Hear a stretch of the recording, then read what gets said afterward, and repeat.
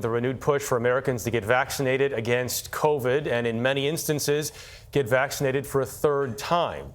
The White House says 20 million Americans are now eligible for a third shot of the Pfizer vaccine after the CDC approved its emergency use. It clears the way for seniors 65 and older, nursing home and assisted living residents, and 50 to 64-year-olds with pre-existing conditions to get the booster 6 months after their second shot.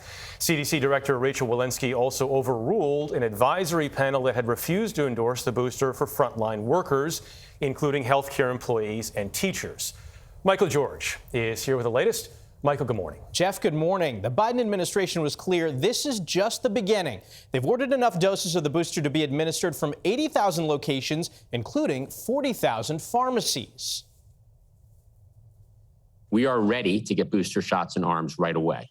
The White House task force prepared and was ready to give out doses to 20 million eligible Americans even before the CDC gave final approval Friday. As soon as I heard about the boosters, the only thing I wanted to know is where can I get it? The Texas State Fair obliged. Boosters and first and second doses will be available there for the next 3 weeks.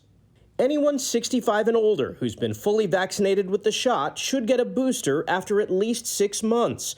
The CDC also recommends a booster for fully vaccinated 18 through 64-year-olds who work in healthcare or other jobs with an increased risk of exposure, like schools and nursing homes. And all vaccinated people with medical conditions, including obesity, diabetes, or pregnancy, are also eligible for a booster. At the White House, the president indicated it won't be long before boosters are available for everyone. We have the tools to beat COVID-19, if we come together as a country and use the tools we have. But the coming together may be the hard part.